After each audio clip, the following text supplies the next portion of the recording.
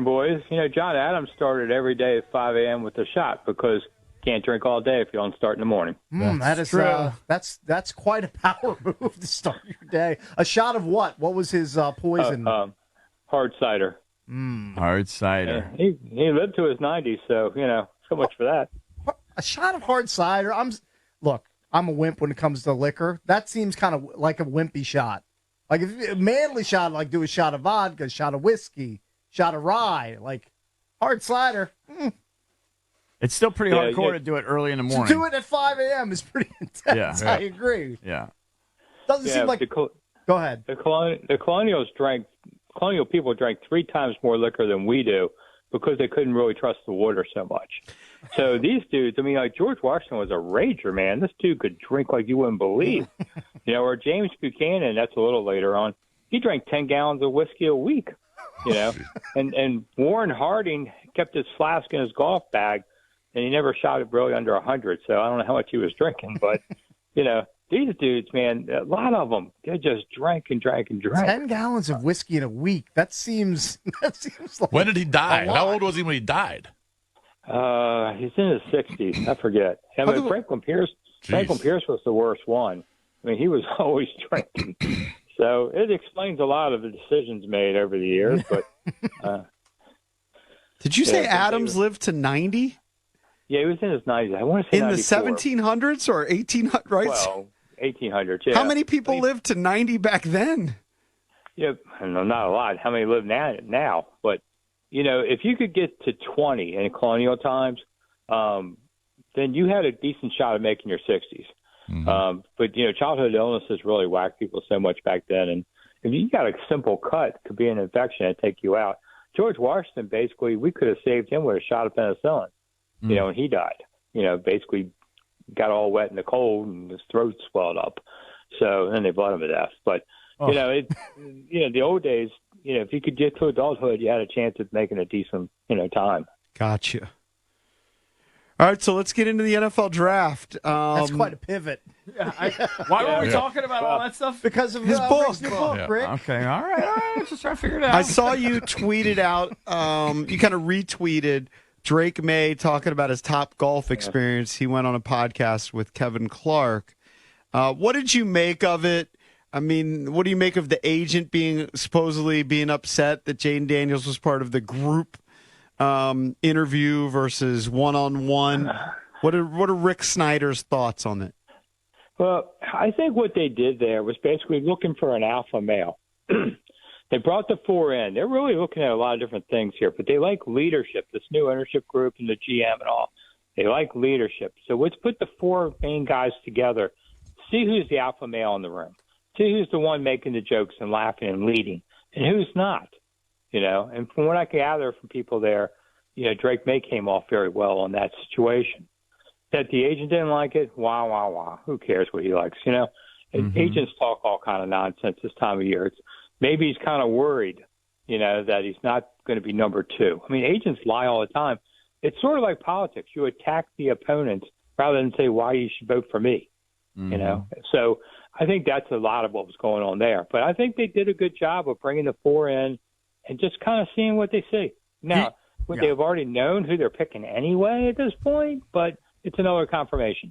Rick, do you think that was done, like, say Jaden Daniels was the leader in the clubhouse before the Top Golf thing. Was it done to basically show him some adversity? Like, hey, how does he handle, 3 other guys being there instead of it just being him? Was it a bunch of guys? Wasn't it more than there were other, non-quarterbacks there, but specifically the quarterbacks. Like, how does he handle the other guys being there instead of it just being one-on-one? Yeah, it's a great, insightful tool as to what happened. I mean, Dan Quinn has said, when I get one-on-one with guys, I like to get in their face to see if they're on their heels or on their toes. This is another example of that. Well, to me, it's much to do about nothing. It just seemed kind of silly. It was mostly just to, knock these out in one day and don't waste a month bringing all these guys in. Where do you think they're leaning? JP was really trying to nail me yesterday going, what do you think they're going to do? I honestly, truly have no idea what they're going to do. Yeah, I'm kind of there, too. After all this time, you think we'd know. But they've done a good job of keeping it quiet.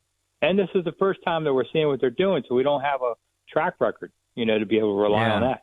Yeah. And I have to say, after the Top Golf thing, it kind of made me pivot. And I'm now, if I have to take my guess, not who I pick, but who do I think they pick? I think it could be May. You do?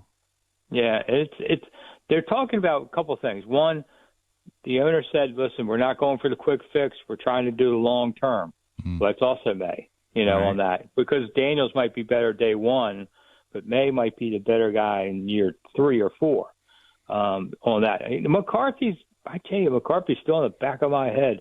It would not shock me if they took him. Hey, Drake May said he had the best swing and probably was the best player. Said J.J. McCarthy was close. I think that means something.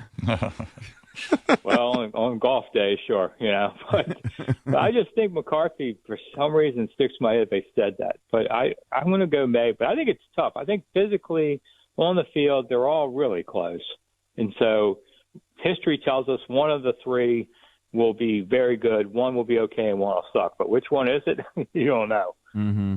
I'm starting to lean Daniels if you put a gun to my head and forced me, just because I just keep listening to all these evaluators. I listened to Jason Garrett yesterday, and they just say the tape is just overwhelming with just the oozing of ability. And that with Drake, the inconsistencies that you see in the tape, that's the only thing they really knock Drake with, right? Is the inconsistencies. Footwork, lack of experience. Little inaccurate, that just needs a little more time. But like with Jaden, I know Jason Garrett said he was stunned that he was actually even better than he thought he would be when he looked at the evaluation. It's hard to pass that up. Yeah, I mean, mobile quarterbacks that could do these things are so intoxicating. You just look at it. Listen, RG3, if he hadn't gotten hurt, he would have had a great career. I kind of agree, yeah. Those kind of guys are rare, and they can do, things for you. But, a guy like Drake May is less mobile, and you think, well, with this offensive line, good luck with that too. Because they still haven't fixed that offensive line completely. So I worry about that on here. I mean, this team has tons of needs, and this is just one, but it's a big one. And to me, what Peters does in the second and third rounds is really what we need to see, because anybody can take one of these guys at number 2. Uh-huh. But those picks better stock your cabinet, because if they don't, you're doomed. These guys got to do it. When's the last second rounder that turned out here? It's been a while, right? It's just. Rick, do you think he's going to take some of that capital, like 36 and 40, and try to move back into the first round? That's been rumored. I mean, obviously not from the front office, but a lot of people are speculating that could be a move for them if there's a tackle that they like there, maybe in the early to mid-20s. And that would make the most sense. I mean, if I'm Peters, I'm trying to hold on to one of my 2s. Can I give you 2 of my 3s? Something like that. Mm-hmm. The points chart would add that up. You hate to give up both of your 2s. But if that's what it takes to get an offensive tackle, because you've got to have an offensive tackle out of this. You cannot walk away without one, or else you can't wait another year for this. By the way, Sam Cosme's second-round pick, he's worked out. Okay, but I'm looking back at the history, and most of them have been busts when they've had second-round picks. They've had a lot of Sua Cravens and Darius Geis. Yeah, and you look at Cosme, he was supposed to be a tackle.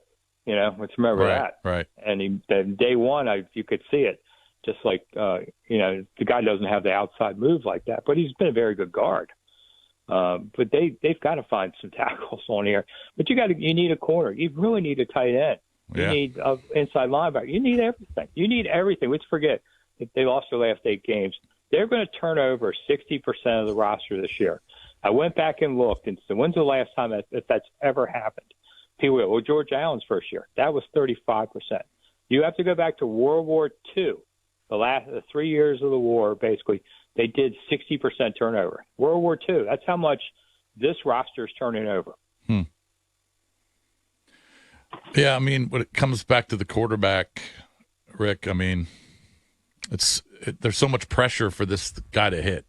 Rick is almost making it sound like Daniels might be like your number 3. Like you said, you've kind of flipped since all this stuff, and you're saying May, and then McCarthy wouldn't shock you. Does that mean you think Daniels might be the 3rd most likely selection there in your mind right now? No, probably 2. I think McCarthy's more of a long shot, but I think it could be any of the 3. Really could be any of the 3. I give them credit for this. They've kept it quiet. What do you think the benefit of that is? Keeping it. JP's argument is it doesn't really behoove them because they're at 2. They're going to get whoever they want anyway. They are, but maybe you're trying to still – I don't think they're going to ever trade it down. But you keep the mystery there. The NFL guys live for this stuff, the mystery of it all. Mm-hmm. And maybe somebody's crazy enough to offer something.